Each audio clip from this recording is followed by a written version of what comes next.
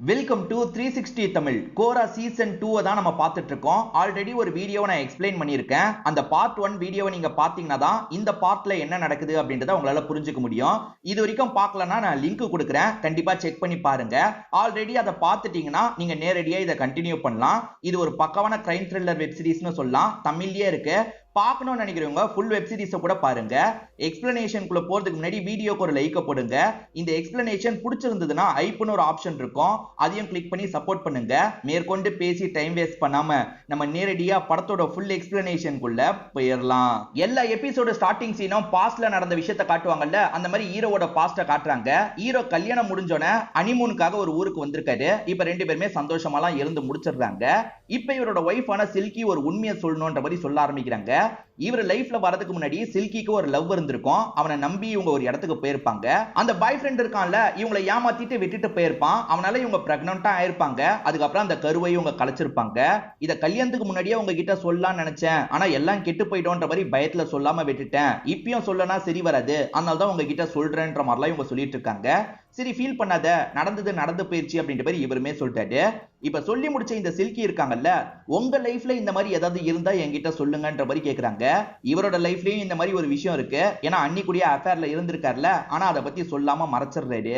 இப்ப பிரசன்ட்ல நம்ம ஹீரோவும் வேலைக்கு கிளம்பலாம்னு நினைக்கிறாரு. அப்பதான் இவரோட அண்ணி இருக்காங்கல்ல, பாத்ரூமுக்கு போறதுக்கு சிரமப்பட்டு இருக்காங்க. இவருமே கை தாங்களா அவங்களை வெளியெல்லாம் கூட்டு வந்துட்டு இருக்காரு. இவர் கை தாங்களா அவங்களுக்கு ஹெல்ப் பண்ணிட்டு இருக்கும் போது ஒய்ஃப் இந்த இடத்துக்கு வந்துடுறாங்க.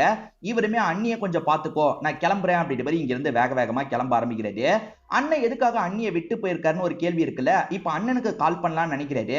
அண்ணன் ஒரு கோயில் மாதிரியான இடத்துல வேலை பாக்குறாரு. தம்பி கிட்ட இருந்து கால் வருதுன்னு தெரிஞ்சோன்னா போனை எடுக்க மாட்டாரு. ஏன் அண்ணன் இப்படி பண்றாருன்னு இவரும் யோசிச்சுட்டு இருக்காரு. இப்ப நமக்கு அந்த இன்ஸ்பெக்டர் லேடி மீராவை காட்டுறாங்க. அவங்க இருக்காங்கல்ல, பைக்கை ஹஸ்பண்ட் எடுக்க கூடாதுன்றதுக்காக லாக் பண்ணிடுறாங்க.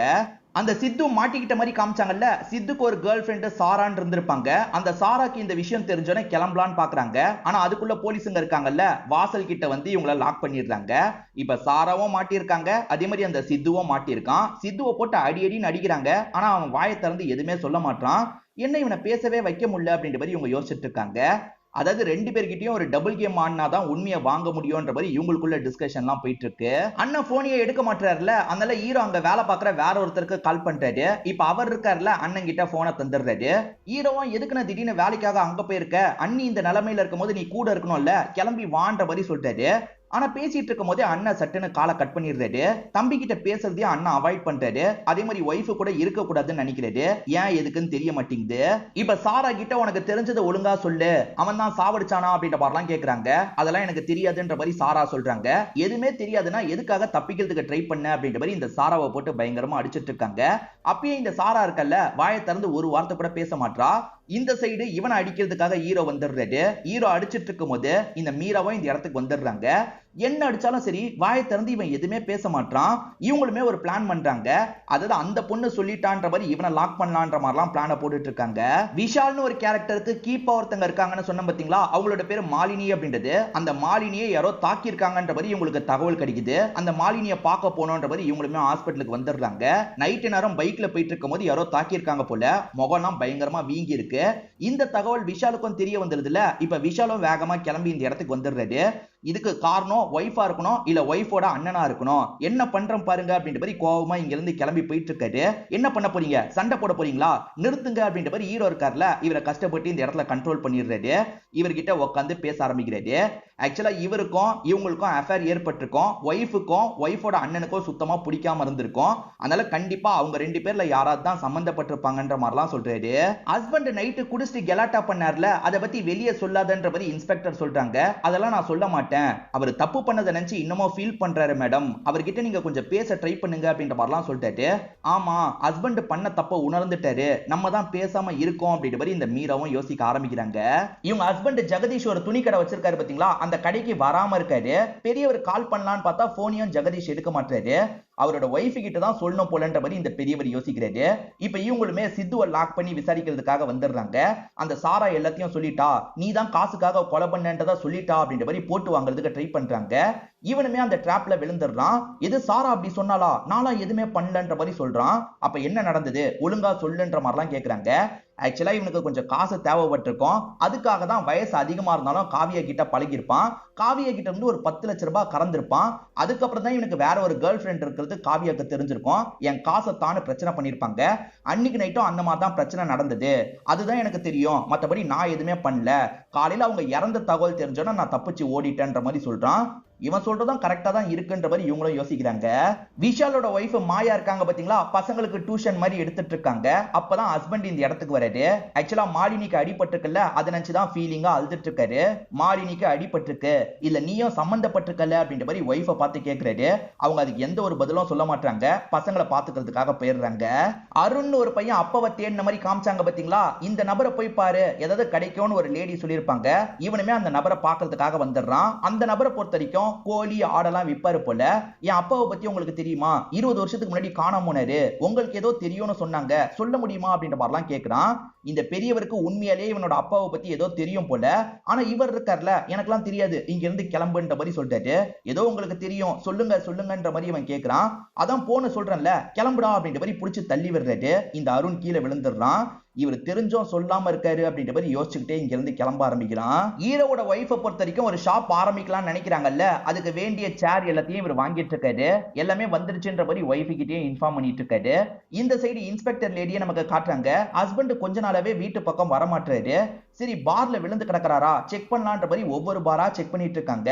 எந்த ஒரு பார்லயும் ஹஸ்பண்டை இவங்களால பார்க்க முடியல. அந்த மாலினின்ற லேடியை யார அட்டாக் பண்ணாங்கல்ல, அந்த சிசிடிவி ஃபுட்டேஜ் கிடைச்சிருக்கு. அதை பார்க்கிறதுக்காக ரெண்டு பேருமே வந்துடுறாங்க. ரயில்வே ஸ்டேஷன்ல அவங்க இருக்கும் போது தான் யாரோ அட்டாக் பண்ணிருக்காங்க. அட்டாக் பண்ணது யாருன்னு பார்த்தா அந்த விஷால் வீட்டுல வேலை பார்க்கிறவரு. ஏற்கனவே அவர்கிட்ட கூட இவங்க விசாரணை பண்ணாங்கல்ல, அவன் தான் இந்த விஷயத்த பண்ணிருக்கானா. அப்ப விஷால் சொல்லி தான் அவன் பண்ணிருப்பான். விஷால் எதுக்காக அட்டாக் பண்ண சொல்லியிருப்பாரா இருக்கும்ன்ற மாதிரிலாம் இவங்க யோசிக்கிறாங்க. அதெல்லாம் அவனை பிடிச்சாதான் விசாரிக்க முடியும். அவனை உடனே பிடிக்கணும்ன்ற மாதிரி இவங்களுக்குள்ள டிஸ்கஷன்லாம் போயிட்டு இருக்கு. அப்பன்னு பார்த்து இந்த இன்ஸ்பெக்டர் லேடிக்கு போன் கால் வருது. யார் கால் பண்றானா, ஹஸ்பண்ட் கிட்ட வேலை பார்க்குற அந்த பெரியவர் தான் கால் பண்றாரு. உங்க ஹஸ்பண்ட் கொஞ்ச நாளா வரதே இல்ல, என்ன ஏதுன்னு பாத்துக்கோங்க மேடம் அப்படின்ற மாதிரிலாம் சொல்றாரு. ஹஸ்பண்ட் இந்த பெரியவருக்கு சம்பள பாக்கி வேற வச்சிருக்காரு போல. சரி நான் அந்த காசை செட்டில் பண்ணிடுறேன், நீங்க கொஞ்ச நாள் கடை பக்கம் வர வேணாம், கடையை லாக் பண்ணிருங்கன்ற மாதிரி சொல்லிட்டாங்க. இந்த பெரியவரும் சரின்ற மாதிரிலாம் ஏத்துக்கிறாரு. விஷால் ஏற்கனவே ஒரு குடோனை விக்கிறதுக்கு ட்ரை பண்ண மாதிரி காமிச்சாங்கல்ல, அங்க ஒரு ஒர்க்கரும் இருந்த மாதிரி காமிச்சிருப்பாங்க. அந்த ஒர்க்கரோட பேரை நம்ம முகேஷ்னு வச்சுக்கலாம். இப்ப முகேஷ் இருக்கார்ல, ஃப்ரெண்டு கூட சரக்கடிக்கிறதுக்காக போலாம்னு நினைக்கிறாரு. அதனால குடோனை விட்டுட்டு அங்க இருந்து கிளம்புறாரு. அப்பன்னு பார்த்து குடோன்ல ஒரு வயரிங் ப்ராப்ளம் ஏற்பட்டு அந்த இடமே எரிய ஆரம்பிக்குது. இதை கவனிக்காம அவர் கிளம்பி இருப்பாரு. இந்த மீராவோட ஹஸ்பண்ட் இன்னும் வீட்டுக்கு வராம இருக்காரு. ஹஸ்பண்ட் எங்க தான் போனாருன்ற மாதிரி இவங்களும் யோசிக்கிறாங்க. ஒவ்வொரு இடமா தேடி அலையிறாங்க. எந்த ஒரு பார்லயும் ஹஸ்பண்ட பார்க்க முடியல. இவங்களுமே லைட்டா பயப்பட ஆரம்பிக்கிறாங்க. ஆக்சுவலா ஹீரோவோட காலனில ஒரு ஃபங்க்ஷன் மாதிரி நடந்துட்டு இருக்கு. இந்த சில்கி இருக்காங்கல்ல, அண்ணி கூட ஜாலியா டான்ஸ் பண்றாங்க. அப்பன்னு பார்த்தா அண்ணன் இந்த இடத்துக்கு வந்துடுறாரு. வந்த அண்ணன் இருக்காரு பாத்தீங்களா, சீக்கிரமா நம்ம இங்க இருந்து கிளம்பணும் அப்படின்ற மாதிரி ஒய்ஃபை பார்த்து சொல்லிட்டாரு. முகேஷ்னு ஒரு நபர் சரக்கு அடிக்கிறதுக்காக கிளம்பி போனார்ல, இப்ப சரக்கெல்லாம் அடிச்சுட்டு திரும்பி அந்த இடத்துக்கு வராரு. அப்படி வந்து பார்க்கும் போது அந்த இடமே எரிஞ்சிட்டு இருக்கு. எப்படியாவது தடுக்கலான்ற மாதிரி இவர் கையெல்லாம் கொண்டு போறாரு. கையில நெருப்பு பட்டி எரிய ஆரம்பிச்சிருது. கூட இருக்க அந்த ஃப்ரெண்டு தான் அந்த நெருப்பெல்லாம் அணைக்கிறாரு. பிரச்சனை வரப்போதுரா, கிளம்பிடலான்ற மாதிரி கூட்டு போறாரு. அண்ணன் என்ன சொல்றாருன்னா, நம்ம ரெண்டு பேருமே பிரிய போறோம், இதுக்கப்புறம் கோயில்ல நான் சர்வீஸ் தான் பண்ண போறேன், இதுக்கப்புறம் போயிட்டேன்னா திரும்பி வரமாட்டேன், அதனால தான் உன்னோட பேரண்ட்ஸ் வீட்டுல வெற்றலான்றதுக்காக வந்திருக்கேன்னு சொல்லிட்டாரு. ஏன் என்னாச்சுன்ற மாதிரி ஒய்ஃப் கேக்குறாங்க. அதெல்லாம் என்கிட்ட கேட்காத, சீக்கிரமா கிளம்புன்ற மாதிரி சொல்லிட்டாரு. ஹஸ்பண்ட் இவங்க கூட வாழக்கூடாதுன்னு முடிவு எடுத்துட்டாருன்னு இவங்களுக்கு தெரிய வருது. இந்த இடத்துல லைட்டா பிரச்சனை போயிட்டு இருக்குல்ல, அப்பதான் ஹீரோவும் வந்திருப்பாரு. என்ன பிரச்சனை அப்படின்ற மாதிரிலாம் அண்ணன் கிட்ட கேட்கிறாரு. அண்ணன் எதுவுமே பேசாம வேகமா நடக்கிறாரு. அண்ணன் என்னதான் பிரச்சனை, அண்ணி இந்த நிலைமையில இருக்கும்போது விட்டு போலான்னு நினைப்பியா, இதெல்லாம் தப்புன்னு, உன் குழந்தை பாவம் இல்ல அப்படின்ற மாதிரிலாம் பேசிட்டு இருக்காரு. இவ்வளவு நேரம் கண்ட்ரோல் பண்ண அண்ணனுமே இப்ப கோவத்துல பேச ஆரம்பிச்சிடுறாரு. அது ஏன் குழந்தை இல்லடா, உன் குழந்தை அப்படின்ற மாதிரி சொல்லிட்டாரு. ஐயோ அண்ணனுக்கு அஃபேர் மேட்டர் தெரிஞ்சிருச்சு போல அப்படின்ற மாதிரி ஹீரோவோ இந்த இடத்துல பயங்கரமா ஷாக் ஆகுறாரு. அண்ணன் இந்த மாதிரி பேசினதை இந்த சில்கி கவனிச்சிருப்பாங்க. ஓஹோ இவங்களுக்குள்ள பழக்கம் போயிருக்கு போல அப்படின்ற மாதிரி சில்கியும் இந்த இடத்துல பயங்கரமா ஷாக்லாம் ஆயிட்டு இருக்காங்க. எது தெரியக்கூடாதுன்னு நினைச்சாரோ அந்த விஷயம் தெரிஞ்சிருது. அருண் ஒரு பையன் அப்பாவை தேடிட்டு இருந்தான் பாத்தீங்களா, அவனுமே அப்பாவை நினைச்சு இந்த இடத்துல ஃபீல்லாம் பண்ணிட்டு இருக்கான். அப்படியே கட் பண்ணி இன்ஸ்பெக்டர் லேடியை காட்டுறாங்க. அவங்க ஹஸ்பண்டை நினைச்சு இந்த இடத்துல ஃபீல் பண்ணிட்டு இருக்காங்க. இங்கதான் 4வது எபிசோட் முடியுது. இப்ப 5வது எபிசோடு ஸ்டார்டிங் சீனே பாஸ்ட்ல நடந்த விஷயத்தை காட்டுறாங்க. இந்த ஜெகதீஷ் இருக்காரு பாத்தீங்களா, ஃப்ரெண்ட்ஸ் கூட சேர்ந்து ஜாலியா சரக்கெல்லாம் அடிச்சிட்டு இருக்காரு. இவரை கூட்டு போறதுக்காக இவரோட பையன் வந்திருக்கான். இவருக்கு டீனேஜ் வயசுல ஒரு பையன் இருக்கிறதா சொன்ன பாத்தீங்களா, அந்த பையன் தான் வந்திருக்கான். நான் பைக்கை ஓட்டுறேன் அப்படின்ற மாதிரி அப்பாவும் பைக்கை ஓட்டுறாரு. அப்பா குடிச்சிருக்காரு, இருந்தாலுமே பைக்கை ஓட்டுறேன்ற மாதிரி ஓட்டுறாரு. ரெண்டு பேருமே ஜாலியா பேசிக்கிட்டே பைக்ல வந்துட்டு இருக்காங்க. அப்ப திடீர்னு பார்த்தா ஒரு வண்டி இருக்கு பாத்தீங்களா, குறுக்க வந்து இவங்களை அடிச்சு தூக்கிடுது. இதுல அந்த பையன் இறந்து போயிருப்பான். இதை நினைச்சுதான் இவர் குற்ற உணர்ச்சியில இப்பயும் சரக்கு அடிச்சிட்டு இருக்காருன்னு தெரிய வருது. இதை நினைச்சுதான் இவரோட ஒய்ஃபும் ஃபீல் பண்றாங்க.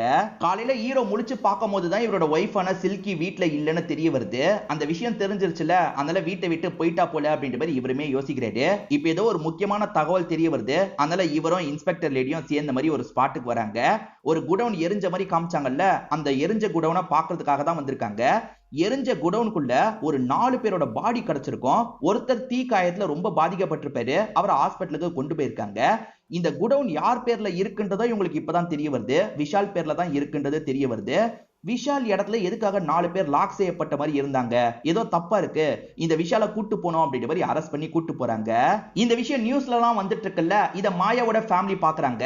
அதாவது மாயாவோட அப்பா அம்மா அண்ணன் அவங்க எல்லாம் இத பாக்குறாங்க. நிறைய பேர் இந்த நியூஸ பாத்துட்டு இருக்காங்கல்ல. எதர்ச்சியா அருண் இந்த விஷயத்தை கவனிக்கிறான். என்ன ஏதுன்ற மாதிரி விசாரிக்கிறான். ஒரு கோழி பண்ணை எரிஞ்சிருக்கான், நிறைய பேர் இறந்து போயிருக்காங்கன்ற மாதிரி ஆளுங்க சொல்லிட்டாங்க. இவன் ஏற்கனவே ஒரு பெரியவரை பார்க்க போனான்ல, அவரை பொறுத்த வரைக்கும் கோழி பண்ணைக்கு ஆளுங்களை சப்ளை பண்றவரா இருப்பாரு. ஒருவேளை நம்ம அப்பாவை இங்கதான் சப்ளை பண்ணிருப்பாரா அப்படின்ற மாதிரி இந்த சின்ன பையன் பயப்படுறான். இப்ப அப்படியே கட் பண்ணி நம்ம ஹீரோயினை காட்டுறாங்க. ஹீரோயினை சீனியர் போட்டு கிளின்னு கிழிச்சிட்டு இருக்காரு. ஏற்கனவே தந்த கேஸையே சால்வ் பண்ணல, இப்ப புதுசா இன்னொன்னு கேஸ் வேற வந்திருக்கு, நீ சீக்கிரம் ஏதாவது பண்ணு அப்படின்ற மாதிரிலாம் சொல்லிட்டு இருக்காரு. போலீஸை பொறுத்த வரைக்கும் 2 பேரை தேடிட்டு இருக்காங்க. 2 பேருமே விஷால் கிட்ட வேலை பார்த்தவங்க. ஒருத்தன் வீட்டுல வேலை பார்த்தவன். அவனை ஏன் தேடுறாங்கன்னா, அவன் தான் மாலினியை அட்டாக் பண்ணிருக்கான்னு தெரிஞ்சு தேடிட்டு இருக்காங்க. இன்னொருத்தன் பேரு முகேஷ் அப்படின்றது. அவன் இருக்கும் போதுதான் இடம் எரிஞ்சிருக்கு, அதனால அவனை கண்டுபிடிக்கணும்ன்ற மாதிரி தேடிட்டு இருக்காங்க. இந்த சைடு அருண் இருக்கான் பாத்தீங்களா, எரிஞ்ச இடத்தை பாக்குறதுக்காக வந்திருக்கான். அங்க இருக்கவங்க கிட்ட விசாரிக்கிறான். அவங்க என்ன சொல்றாங்கன்னா, 4-5 பேர் இறந்து போயிட்டாங்க, ஒருத்தர் பொழைச்சிருக்காரு, அவர் ஹாஸ்பிட்டலுக்கு கொண்டு போயிருக்காங்கன்ற மாதிரி சொல்றாங்க. அப்ப ஹாஸ்பிட்டலுக்கு போனோம், அங்க இருக்கவர்கிட்ட விசாரிக்கணும்ன்ற மாதிரி யோசிக்கிறான். இவங்க தேடிட்டு இருக்கும் போது முகேஷை பிடிக்க முடியல. ஆனா முகேஷை சரக்கடிக்கிறதுக்காக கூட்டு போன நபரை பிடிச்சிடுறாங்க. இவர்கிட்ட விசாரிக்கும் போது இவர் உண்மையை சொல்றாரு. அவன் சரக்கடிக்கிறதுக்காக என் கூட வந்தான், திரும்பி வந்து பார்க்கும் போதுதான் அந்த இடம் எரிஞ்சிட்டு இருந்தது, அது எரிஞ்சதுக்கும் அவனுக்கும் சம்பந்தம் கிடையாது அப்படின்ற மாதிரிலாம் சொல்றான். எரிஞ்சதுக்கும் அவனுக்கும் சம்பந்தம் கிடையாது, உள்ள இருந்தவங்க யாருன்றது அவனுக்கு தெரிஞ்சிருக்கும்ல, அவங்க கிட்ட கண்டிப்பா விசாரிக்கணும்ன்ற மாதிரி சொல்லிட்டாங்க. அவன் கையில எல்லாம் நெருப்பு காயம் பட்டுருச்சு, ஹாஸ்பிட்டலுக்கு தான் போயிருக்க வாய்ப்பு இருக்குன்ற மாதிரி இந்த நபருமே சொல்றாரு. இந்த அருண் இருக்கான் பாத்தீங்களா, ஹாஸ்பிட்டல்ல பொழைச்ச நபரை பாக்குறதுக்காக வந்திருக்கான். ஆனா பாதுகாப்புலாம் இருக்கு, அதை மீறி எப்படி உள்ள போய் பாக்குறது அப்படின்ற மாதிரி யோசிக்கிறான். சரி சமயம் கிடைக்கும் போது போலாம், அது வரைக்கும் இங்கேயே இருக்கலாம்ன்ற மாதிரி வெயிட் பண்ண ஆரம்பிக்கிறான். போலீஸை பொறுத்த வரைக்கும் சங்கர் முகேஷ்னு 2 பேரை தேடிட்டு இருக்காங்க பாத்தீங்களா. போற வர வண்டி எல்லாத்தையும் நிறுத்தி செக் பண்ணிட்டு இருக்காங்க. அந்த மாதிரி ஒரு லாரியை செக் பண்றாங்க. அந்த லாரிக்குள்ள யாருமே இல்லன்ற மாதிரி அனுப்பி வச்சிடுறாங்க. ஆனா உண்மையில சங்கர் இருக்கான்ல, இந்த லாரிக்குள்ள தான் ஒளிஞ்சிருப்பான். ஹெல்ப் பண்ணி ஒருத்தர் காப்பாத்திருக்காருன்னு நமக்கு காட்டுறாங்க. அண்ணன் இங்க கவனமா ஒளிஞ்சுக்கோங்க அப்படின்ற மாதிரிலாம் அவன் சொல்லிட்டு கிளம்பிடுறான். இந்த சங்கர் யாருன்னு நீங்க கன்ஃபியூஸ் ஆகாதீங்க. ஸ்டார்டிங் விஷால் வீட்ல ஒருத்தர் வந்து ஊருக்கு போயிட்டு வரேன்னு கிளம்பி போனார் பாத்தீங்களா, அவர் தான் சங்கரா இருப்பாரு. ஜெகதீஷ் எங்க போனார்னு இன்ஸ்பெக்டர் லேடிக்கு தெரியல. ஜெகதீஷ் ஃப்ரெண்ட் ஒருத்தரை பாக்குறதுக்காக வந்துடுறாங்க. உனக்காவது தெரியுமான்ற மாதிரி கேக்குறாங்க. எனக்கும் தெரியல, ஆனா நான் எல்லார்கிட்டயும் விசாரிக்கிறேன், சீக்கிரமா கண்டுபிடிச்சு உங்களுக்கு தகவலை கொடுக்கறேன்ற மாதிரி சொல்றாரு. நம்ம ஹீரோவால ஒய்ஃபை பிரிஞ்சு இருக்க முடியல, ஒய்ஃபை பார்த்து பேசுறதுக்காக வீட்டுக்கிட்ட வந்துடுறாரு. ஆனா ஒய்ஃப் பேச விரும்பலன்ற மாதிரி சொல்லிடுறாங்க. நான் உன்கிட்ட உண்மையை சொன்னேன்ல, அப்பயே நீ உண்மையை சொல்லியிருந்தா உன் மேல எனக்கு கோபம் இருந்திருக்காது, ஆனா அப்ப நீ மறச்சிட்டல, அதனால உன்னை மன்னிக்க முடியாதுன்ற மாதிரி சொல்றாங்க. அதுவும் நேரடியா சொல்ல அம்மா மூலியமா சொல்லி வர்றாங்க. இதனால இவருமே சோகமா இங்க இருந்து கிளம்பிடுறாரு. இப்ப நேரா அண்ணன் வீட்டுக்கு வந்து சண்டை போட்டுட்டு இருக்காரு. எதை வச்சு அது ஏன் குழந்தைன்னு சொல்லுவன்ற மாதிரிலாம் கேட்கிறாரு. அப்பதான் அண்ணன் ஒரு விஷயத்த சொல்றாரு. அண்ணனுக்கு ஆண்மை குறைபாடு இருக்கும், அதை தாண்டியும் அண்ணி பிரெக்னன்ட் ஆயிருக்காங்கல்ல, அப்ப தம்பி தான் வேலையை காமிச்சிருக்கான்றத கண்டுபிடிச்சிருப்பாரு. நீ எப்ப பாரு அண்ணியை போட்டு அடிச்சுக்கிட்டே இருந்த, அதோட விளைவாதான் எங்களுக்குள்ள பழக்கம் மாதிரி ஏற்பட்டது, அதெல்லாம் தப்புன்னு புரிஞ்சு நான் ரொம்ப தூரம் விலகி போயிட்டேன், நிம்மதியா ஒரு லைஃபை லீட் பண்ண, அதையும் நீ கெடுத்துட்டல, நீலாம் நல்லாவே இருக்க மாட்டேன்ற மாதிரி அண்ணனுக்கு சாபம் விடுற மாதிரி இங்க இருந்து கிளம்புறாரு. இந்த அருண்ன்ற பையன் இங்கேயே தூங்கி இருப்பான். இப்ப போலீஸ் தூங்கிட்டு இருக்க கேப்ல இவன் உள்ள போய் பாத்துடலான்ற மாதிரி யோசிக்கிறான். இப்ப நைஸா உள்ள நுழைஞ்சிடறான். அங்க எரிகாயம் பட்ட மாதிரி ஒருத்தர் இருக்காரு. அவர்கிட்ட இவன் பேச ஆரம்பிக்கிறான். இவர் தான் ரமேஷ், இவரை உங்களுக்கு தெரியுமா, பார்த்து சொல்லுங்க அப்படின்ற மாதிரிலாம் கேட்கிறான். அந்த நபருமே கஷ்டப்பட்டு பாக்குறாரு. ரமேஷா, ரமேஷ் எனக்கு தெரியும்ன்ற மாதிரிலாம் சொல்லிட்டு இருக்காரு. ஆனா மேற்கொண்டு ஏதோ சில விஷயங்களை சொல்றதுக்காக வராரு. ஆனா அப்பன்னு பார்த்து யாரோ வர மாதிரி இந்த பையனுக்கு சவுண்ட் கேக்குது. நம்ம சீக்கிரமா இங்க இருந்து கிளம்பணும் அப்படின்ற மாதிரி இந்த பையன் கிளம்புறான். ஆக்சுவலா இந்த பையன் கிளம்பி போயிட்டு இருக்கான் பாத்தீங்களா, அப்பதான் நம்ம மீரா இந்த இடத்துக்கு வந்திருப்பாங்க. ஏதோ ஒரு பையன் இங்க இருந்து கிளம்பி போறானே, யாரு என்னன்னு பாருங்கன்ற மாதிரி சொல்றாங்க. இப்ப ஆளுங்களும் அந்த பையனை பிடிக்கிறதுக்கு ட்ரை பண்றாங்க. அதுக்குள்ள அவன் தப்பிச்சிடறான். இப்ப ஹீரோவும் மீராவும் சேர்ந்த மாதிரி அந்த விஷால் கிட்ட விசாரணை பண்றதுக்காக வந்துடுறாங்க. ஆக்சுவலா இந்த விஷால் சொன்னா சங்கர் எதுனாலும் செய்வான். ஏன்னா சங்கரை பொறுத்த வரைக்கும் இவர்கிட்ட ரொம்ப விசுவாசமா ரொம்ப வருஷமா வேலை பார்த்திருக்கான். அதனால இவர் தான் தங்கச்சியை சாவடிச்சிருக்காரு அப்படின்ற மாதிரி யோசிக்கிறாங்க. அதாவது சங்கர் கிட்ட சொல்லி சாவடிச்சிருக்காருன்னு நினைக்கிறாங்க. ஏன்னா சங்கர் அந்த நாள் எனக்கு ஊர்ல வேலை இருக்குன்னு கிளம்பிட்டேன்ற மாதிரி சொன்னான் பாத்தீங்களா, ஊர்ல போய் விசாரிக்கும் போது அவன் ஊருக்குலாம் வரலன்னு சொல்லியிருப்பாங்க. தங்கச்சியை சாவடிச்சதும் மாலினி அட்டாக் பண்ணதும் அந்த சங்கர் தான், இவர் சொல்லி தான் பண்ணிருக்கான்ற மாதிரி இவங்க யோசிக்கிறாங்க. நான்லாம் அந்த மாதிரி எதுவுமே அவனை பண்ண சொல்ல, அவனுமே பண்ணிருக்கலாம் மாட்டான்ற மாதிரி இவர் சொல்லிட்டாரு. இப்ப ஹீரோ இருக்கார்ல, என் ஒய்ஃப் என்னை விட்டுட்டு போயிட்டான்ற மாதிரிலாம் சொல்லிட்டாரு. உனக்காவது பரவாயில்ல, ஒய்ஃப் எங்க போனான்றது தெரியும், என் ஹஸ்பண்ட் என்னை விட்டுட்டு போயிட்டாரு, எங்க போனாருன்னு கூட எனக்கு தெரியலன்ற மாதிரி இவங்க புலம்பிட்டு இருக்காங்க. அருண் கிட்ட டீடைல்லாம் சொல்ல மாட்டேன்னு ஒரு பெரியவர் சொன்னார் பாத்தீங்களா, அந்த பெரியவருமே நிறைய பேர் எரிஞ்சு போனதை பத்தி நியூஸ்ல வரத பாக்குறாரு. ஐயோ அந்த பையன் வந்தானா என்ன செய்யறதுன்னு யோசிக்கிறாரு. அப்பன்னு பார்த்தா அருண் இந்த இடத்துக்கு வந்துடுறான். நீ முன்னாடியே சொல்லியிருந்தா இந்த பிரச்சனை எல்லாம் வந்திருக்காதுன்ற மாதிரி கோபமா வந்துட்டு இருக்கான். மாட்டினா அவ்வளவுதான்ற மாதிரி இவரும் வீட்டுக்குள்ள ஓடுறதுக்கு ட்ரை பண்ணிட்டாரு. ஆனா அதுக்குள்ள அந்த பையன் இருக்கான் பாத்தீங்களா, துரத்திட்டு வந்து இவரை பிடிச்சிடுறான். இவரை போட்டு அடின்னு அடிச்சிட்டு இருக்கான். என்னோட அப்பாவை நீ அங்கதான் அனுப்பி வச்சிருக்க, அங்கதான் இருந்தாருன்றது உனக்கு தெரியும், முன்கூட்டியே சொல்லியிருந்தா என்னோட அப்பாவை பார்த்திருப்பேன், அங்க இருந்து காப்பாத்திருப்பேன், இப்ப எரிஞ்சு போயிட்டாரா, உன்னால தான் இறந்து போயிட்டாரு அப்படின்ற மாதிரிலாம் கோவப்பட்டு இருக்கான். இப்போ ஒரு கல்லை தூக்கி இவரோட தலையில போடுற மாதிரி வரான். அவசரப்பட்டு இப்படி பண்ணிராத, என்னை விட்டு, என்னோட பேரம்பேத்திங்களுக்கு நான் மட்டும் தான் இருக்கன்ற மாதிரிலாம் இவர் கெஞ்சுறாரு. இவன் போடுறானா என்னன்றதை தெளிவா நமக்கு காட்டாமே இந்த சீனை கட் பண்ணிடுறாங்க. இப்ப ஹீரோவும் இந்த மீராவும் பேசிக்கிட்டே வந்துட்டு இருக்கும் போது இவங்களுக்கு ஏதோ ஒரு தகவல் கிடைக்குது. இவங்களுமே கிளம்பி ஒரு ஸ்பாட்டுக்கு வராங்க. ஆக்சுவலா கொஞ்ச நேரத்துக்கு முன்னாடி இந்த பையன் போட்டானா என்னன்னு தெரியலன்னு சொன்னேன் பாத்தீங்களா, இவன் கல்ல தூக்கி போட்டிருப்பான். அந்த நபரோட கதையை முடிச்சிருக்கான். எதுக்காகடா இந்த கொலையை பண்ணன்ற மாதிரிலாம் கேட்டுட்டு இருக்காங்க. என் அப்பான்ற மாதிரி அந்த போட்டோவெல்லாம் இவன் காமிச்சிட்டு இருக்கான். இவங்களுக்கு ஒண்ணுமே புரியல. அவனை லாக் பண்ணி இங்க இருந்து கூட்டு போறாங்க.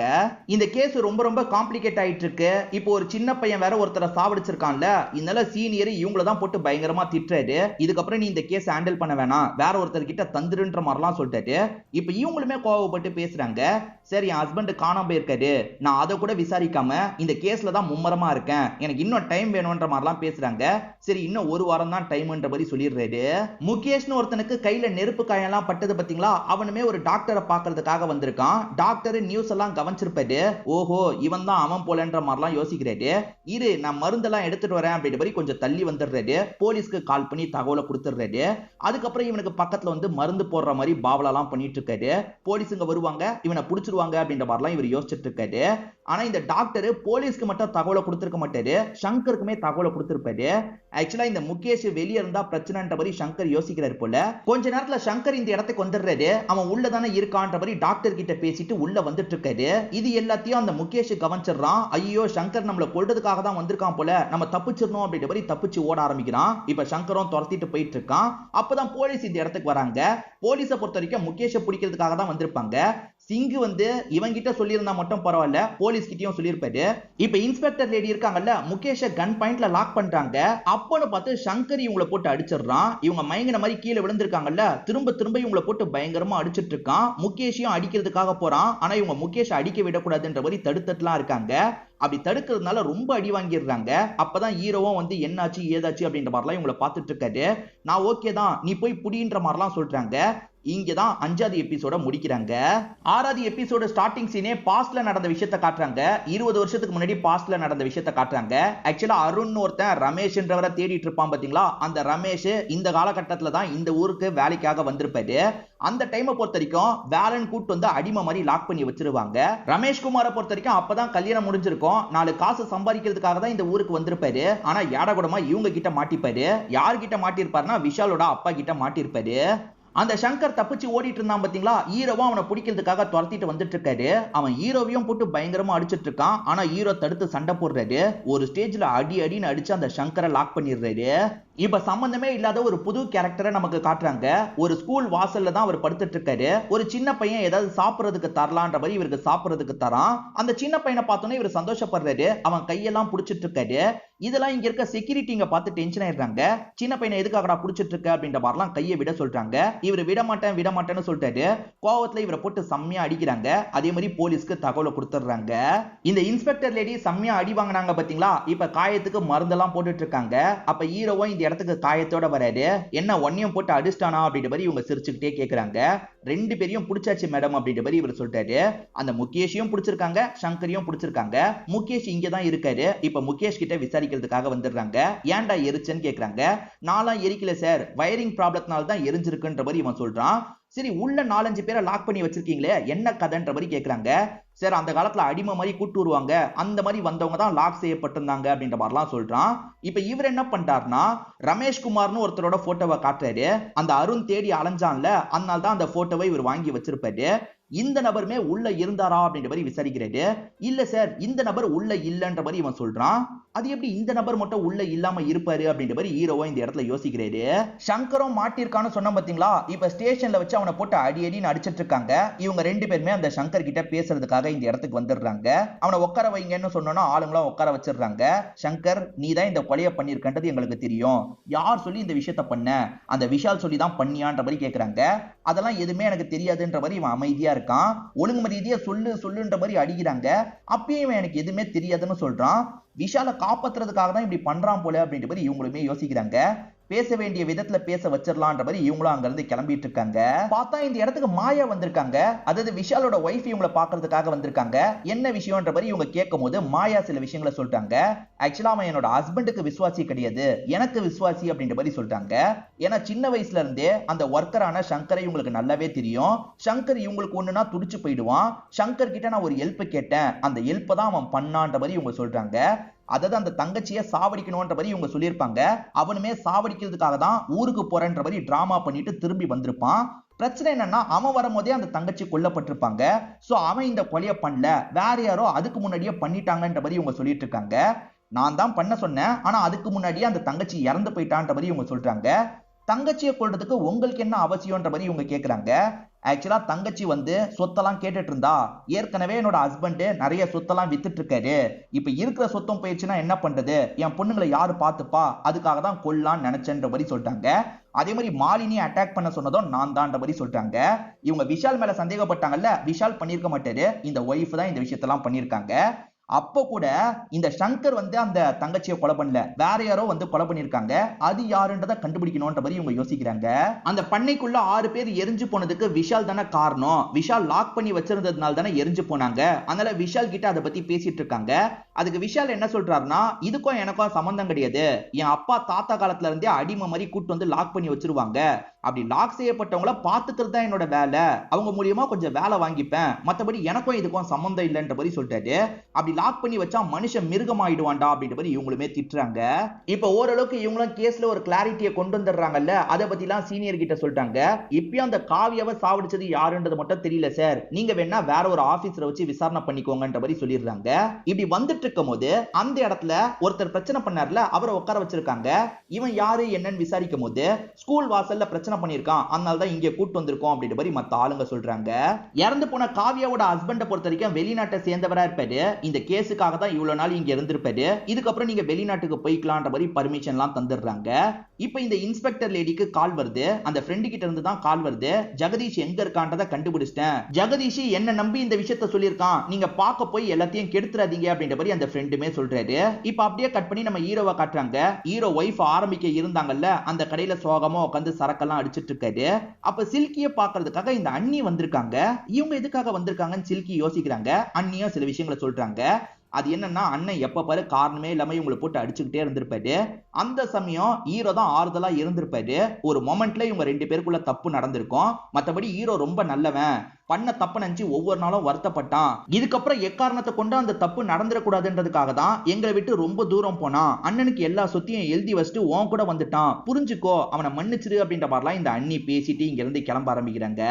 ஜெகதீஷ் இருக்கிற இடத்த சொன்னவர் அந்த இடத்துக்கு போகாதீங்கன்னு சொல்லியிருப்பாரு. அதை மீறியே இவங்க பாக்குறதுக்காக வராங்க. ஹஸ்பண்ட பார்க்க வேணாம், தள்ளி இருந்தே நம்ம பார்த்துட்டு போயிடலான்ற மாதிரி யோசிக்கிறாங்க. எல்லாருமே அவங்களோட கஷ்டத்தை சொல்லுவாங்கல்ல, அந்த மாதிரி ஒரு இடத்துக்கு தான் ஹஸ்பண்ட் வந்திருக்காரு. இப்ப இவரோட கஷ்டத்தை சொல்லிட்டாரு. இவரால பையன் இறந்து போயிட்டான்ல, அதை பத்தி சோகமா சொல்லிட்டாரு. அதுக்கப்புறம் நான் ரொம்ப குடிச்சேன், இதுக்கு முன்னாடி நான் குடிக்கும் போது ஒய்ஃப் குடிக்காதீங்கன்ற மாதிரிலாம் தடுப்பா, ஆனா பையன் இறந்து போனதுல இருந்து குடிக்காதீங்கன்னு ஒரு வார்த்தை கூட சொல்றது இல்ல, அவ என்ன திட்டினா கூட பரவாயில்ல, எதுவுமே பேசாம இருக்கிறது எனக்கு கஷ்டமா இருக்குன்ற மாதிரிலாம் இவர் ஃபீலிங்கா பேசுறாரு. இதை கவனிச்சிட்டு இருக்க இவங்களுமே ஃபீல் பண்றாங்க, நம்ம ஹஸ்பண்ட் கிட்ட பேசி இருக்கணும், பேசாம இருந்தது நம்ம தப்பு தான் அப்படின்ற மாதிரிலாம் இந்த இடத்துல ஃபீல் பண்ணிட்டு இருக்காங்க. இதுக்கப்புறம் ஹீரோக்கு சீனியரா வேற ஒரு ஆபீசர் வர போறாரு. அவருக்கு இந்த கேஸ் ஃபைல்லாம் இவர் தரணும் போல, அதனால எடுத்து பார்த்துட்டு இருக்காரு. அப்பதான் அந்த அருண் கையில இருந்து போட்டோவை வாங்கினார்ல அந்த போட்டோல இருக்க நபரை எங்கேயோ பார்த்த மாதிரியே தோணுதுன்னு யோசிக்கிறாரு. கொஞ்ச நேரத்துக்கு முன்னாடி ஒருத்தரை போலீஸுங்க கூட்டு வந்து வச்சிருக்காங்கல்ல அவர் மாதிரியே இருக்கு. இப்ப நேரா அவர்கிட்ட வந்து இந்த போட்டோல இருக்கிறது நீதானன்னு கேக்குறாரு. அந்த நபர் மென்டலா பாதிக்கப்பட்டிருக்காரு, எதுவுமே பேசாம இருக்காரு. இப்ப ஹீரோ இருக்கார்ல அந்த நபரோட கையை பிடிச்சு வேகமா உள்ள இழுத்துட்டு வந்துட்டு இருக்காரு. இந்த அருண் ஒரு இடத்துல லாக் பண்ணி வச்சிருக்காங்கல்ல அருண் கிட்ட நிறுத்துறாரு. அருண்மே நம்ம அப்பாவான்ற மாதிரி யோசிச்சுட்டு இருக்கான். உன் அப்பா தான் அப்படின்ற மாதிரி ஹீரோவும் இந்த இடத்துல சொல்றாரு. அப்பாவை பார்த்ததுனால இவனுமே இந்த இடத்துல சந்தோஷம் எல்லாம் பட்டுட்டு இருக்கான். இப்ப அடுத்ததா ஹீரோ என்ன பண்றாருன்னா நேரா அந்த விஷால் கிட்ட இழுத்துட்டு வந்து நிறுத்துறாரு. இவனுமே வாங்கிட்டு தானே இருந்தான், என்ன ஆச்சு அப்படின்ற மாதிரிலாம் விஷால் கிட்ட இவங்க கேட்டுட்டு இருக்காங்க. விஷால் என்ன சொல்றாருன்னா ஒரு 4-5 பேர் பண்ணையில வேலை பார்த்துட்டு இருந்தாங்க, இவன் மட்டும் எங்க வீட்டுல வேலை பார்த்துட்டு இருந்தான், ஒரு வாரத்துக்கு முன்னாடியே இங்க இருந்து போடான்ற மாதிரி இவனை துரத்தி விட்டுட்டேன் அப்படின்ற மாதிரிலாம் விஷால் சொல்லிட்டாரு. அப்படி துரத்தி விட்டவன் திரும்பி அந்த இடத்துக்கு வந்து கொலை பண்ணி இருந்தா எப்படி இருந்திருக்கும் அப்படின்ற மாதிரி இவங்களுமே யோசிக்கிறாங்க. சரி இவன் அந்த இடத்துக்கு கூட்டு போலாம் அப்படின்ற மாதிரி அந்த வீட்டுக்கு கூட்டு வராங்க. ரமேஷ்குமார் 20 வருஷமா இங்கதான் அடிமை மாதிரி வேலை பார்த்திருப்பாரு, அதுல கொஞ்சம் மென்டலாவே பாதிக்கப்பட்டிருப்பாரு. இப்பதான் நடந்த விஷயத்த நமக்கு காட்டுறாங்க. அது என்னன்னா காவியாக்கும் அந்த சித்துக்கும் அன்னைக்கு சண்டை ஏற்பட்டிருக்கும். சண்டை முடிஞ்சோடனே சித்து கிளம்பி போயிருப்பாரு. ஆக்சுவலா இது எல்லாத்தையும் கவனிச்ச அந்த சங்கர் இருக்கான்ல சமயம் பார்த்து இவங்க கதையை முடிக்கணும், வெளியே போற மாதிரி போலாம், கொஞ்ச நேரம் கழிச்சு வரலான்ற மாதிரி கிளம்பிடுவாரு. இவர் கிளம்பினாரு பாத்தீங்களா, அந்த கேப்ல தான் இந்த ரமேஷ்குமார் இந்த இடத்துக்கு வந்திருப்பாரு. இவருக்கு எங்க போறதுனே தெரியல, திரும்பி அதே வீட்டுக்கு போயிடலான்ற மாதிரி இந்த இடத்துக்கு வந்திருப்பாரு. இதெல்லாம் கவனிச்சிட்டு இருக்க காவியா இருக்காங்கல்ல, ரமேஷ் நீ என்ன பண்ணிட்டு இருக்க, உன்னதான் போக சொல்லிட்டார்ல, நீ கிளம்பு கிளம்புன்ற மாதிரி சொல்லியிருப்பாங்க. ஆனா இவர் தான் மென்டலா பாதிக்கப்பட்டுட்டார்ல, இதுதான் என் இடம்ன்ற மாதிரி உட்கார்றதுக்காகலாம் வந்துட்டு இருக்காரு. இவங்களுமே போன்னு சொல்லிட்டு இருக்காங்க. ரமேஷ்க்கு திடீர்னு என்ன தோணுதுன்னு தெரியல, இப்ப சட்டுன்னு பிடிச்சி அவங்கள தள்ளி விடுறாரு. அப்படி தள்ளி விட்டதுல தான் இந்த காவியா இறந்து போயிருப்பாங்க. அதுக்கப்புறம் இவருமே அங்க இருந்து கிளம்பி போயிருப்பாரு. ஸ்டார்டிங்கே நமக்கு காமிச்சிருப்பாங்க ரத்தக்கரெல்லாம் அங்கேயே இருந்திருக்கும். கொலை பண்றவன் நம்ம மாட்டக்கூடாதுன்னு நினைச்சா அந்த ரத்தக்கரை எல்லாத்தையும் கிளியர் பண்ணிருப்பான். ஆனா இவர் மென்டலா பாதிக்கப்பட்டு தானே இந்த கொலையை பண்ணாரு, அதனால கிளியர் பண்ணாம போயிருப்பாரு. இது எல்லாம் இப்ப அம்மாக்கும் புரியுது, அதாவது இறந்து போன பொண்ணோட அம்மாக்கும் புரியுது. 20 வருஷம் இங்க தானே வேலை பார்த்த, ஏன் இப்படி பண்ணுன்னு ரமேஷை பார்த்து கேட்டுட்டு இருக்காங்க. அதுக்கு இங்க இருக்க போலீஸுங்க இந்த லேடியை போட்டு திட்டுறாங்க. 20 வருஷம் அடிமை மாதிரி அவனை லாக் பண்ணி வேலை வாங்கியிருக்கீங்க, அவன் மிருகமாவே மாறிட்டான், அதனால தான் இந்த விஷயம் நடந்திருக்கு, இதுக்கு முழு காரணம் நீங்களும் உங்க பையனும் தான் அப்படின்ற மாதிரிலாம் பயங்கரமா திட்டிட்டு இருக்காங்க. இப்ப அன்னிக்கான பிரெக்னன்சி நடந்துட்டு இருக்கு போல, கொஞ்சம் சீரியஸான கண்டிஷன்ன்றதுனால அண்ணன் ரொம்ப பதட்டப்படுறாரு. தம்பிக்கு கால் பண்ணி இந்த விஷயத்த சொல்றாரு. சரி நான் உடனே வரேன்ற மாதிரி இவருமே கிளம்பி அந்த இடத்துக்கு வந்துடுறாரு. என்ன பிரச்சனைன்னு கேட்கும் போது அண்ணனுமே ரொம்ப வருத்தப்பட்டு இந்த விஷயத்தெல்லாம் சொல்றாரு. அண்ணன் திரும்பி அண்ணி கூட சேரலான்னு யோசிக்கிறாரு போல. விடுன அப்படின்ற மாதிரி இவரும் சமாதானம் சொல்லிட்டு இருக்காரு. இப்ப நர்ஸ் இருக்காங்கல்ல, குழந்தையோட அப்பா வாங்கன்ற மாதிரி கூப்பிடுறாங்க. இப்ப ஹீரோ போறதா அண்ணன் போறதான்ற மாதிரி 2 பேர் மாத்தி மாத்தி பார்த்துட்டு இருக்காங்க. சரி நம்மளே போலான்னு ஹீரோ எந்திரிக்கிறதுக்காக வராரு. இல்ல அது ஏன் குழந்தைன்ற மாதிரி அண்ணன் எந்திரிச்சு போறாரு. பையன் ஞாபகமா பைக் நம்ம கிட்டே இருக்கணும்னு இந்த இன்ஸ்பெக்டர் லேடி யோசிச்சாங்கல்ல, இப்ப பைக்கை கொண்டு போக சொல்லி ஆளுங்களெல்லாம் வர வச்சிடுறாங்க. அதே மாதிரி ஹஸ்பண்ட் நம்ம ஒய்ஃபு கிட்ட இப்ப பேசினா என்னன்ற மாதிரி யோசிக்கிறாரு. ஒய்ஃபுக்கு கால் பண்றாரு. ஒய்ஃபுமே அந்த போனை பார்த்து சந்தோஷப்படுறாங்க. அண்ணனும் ஹீரோவும் ஹாஸ்பிட்டல்ல உட்காந்துட்டு இருக்கும் போது அந்த இடத்துக்கு சில்கி வராங்க. அதனால அண்ணன் இவங்க பேசிக்கிட்டோன்னு எந்திரிச்சு போயிடுறாரு. இப்ப சில்கி இருக்காங்கல்ல, ஹீரோக்கு பக்கத்துல உட்கார்றாங்க. ஹீரோ கிட்ட பேச ஆரம்பிக்கிறாங்க. அதாவது ஹீரோவும் இவங்களும் திரும்பி சேர்ந்துட்டாங்கன்ற மாதிரி நமக்கு இந்த இடத்துல காட்டுறாங்க. இதை தாண்டி அருணை பொறுத்த வரைக்கும் அப்பாவை தேடி தானே இந்த இடத்துக்கு வந்தான். இப்ப அப்பாவும் இவனும் ஒரே செல்லுல இருக்காங்க. எப்படியோ அப்பாவை உயிரோட பார்த்துட்டோன்ற மாதிரி இந்த பையனுமே சந்தோஷப்படுறான். இதோடயே இந்த சீரிஸோட கதையை முடிச்சிடுறாங்க. இந்த சீரிஸ்ல வந்த ட்விஸ்ட் அண்ட் டர்ன்ஸ்லாம் உங்களுக்கு பிடிச்சிருக்கும் நம்புறேன். இந்த வீடியோ உங்களுக்கு பிடிச்சிருந்ததுன்னா லைக் பண்ணுங்க, கமெண்ட் பண்ணுங்க, மறக்காம 360 தமிழ் சேனலை சப்ஸ்கிரைப் பண்ணுங்க. தொடர்ச்சியா இந்த மாதிரி வீடியோக்கள் வந்துகிட்டே தான் இருக்கும்.